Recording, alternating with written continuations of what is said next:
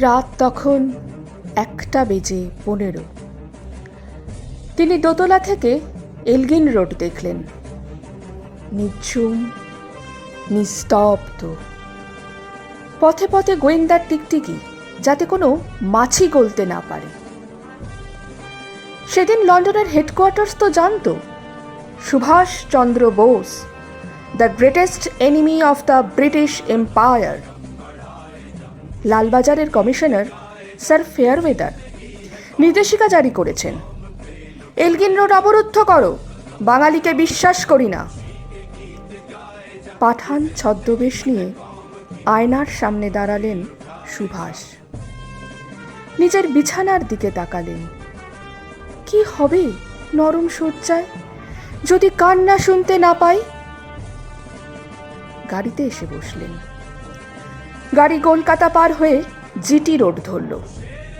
চুঁচুড়া, ব্যান্ডেল, শক্তিগড়, আসানসোল অতি দ্রুত পার হয়ে গেলেন বেঙ্গল বর্ডার। কে পার হলেন? The greatest enemy of the British Empire. Sir Fairweather বুঝতে পারেননি, এলগিন রোড অবরুদ্ধ করে রাখলেই ভারতকে আটকে রাখা যায় না। বেঙ্গল বর্ডারে গাড়ি থামালেন, নেমে দাঁড়ালেন।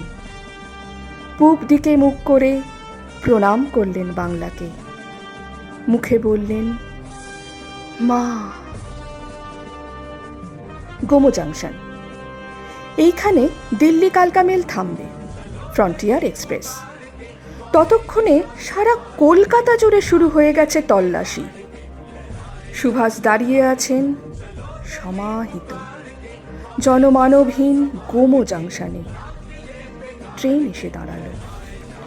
সুভাষ একবার পেছন ফিরে তাকালেন তিনজনের দিকে, শিশির, অশোক আর মীরা।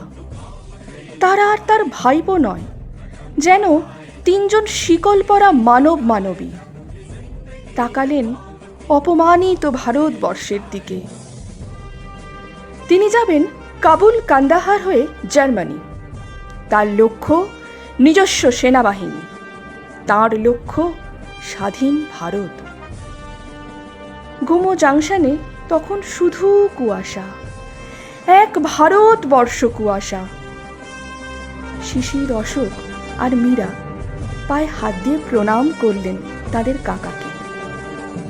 কাকাকে না সেই লোকটাকে? The greatest enemy of the British empire. Subhash কালকা মেলে পা দিতে গিয়ে আর একবার ঘুরে দাঁড়ালেন ভারতবর্ষের দিকে। উচ্চারণ করলেন, মা। ট্রেন ছেড়ে দিল। ইঞ্জিনের ধোঁয়ায় ভরে গেল গোমো জাংশন। ধোঁয়া আর কুয়াশার মধ্যে দিয়ে চলে যাচ্ছে ট্রেন। একটা লোক একা একা একা একা চলেছেন ভারতের স্বাধীনতা আনতে।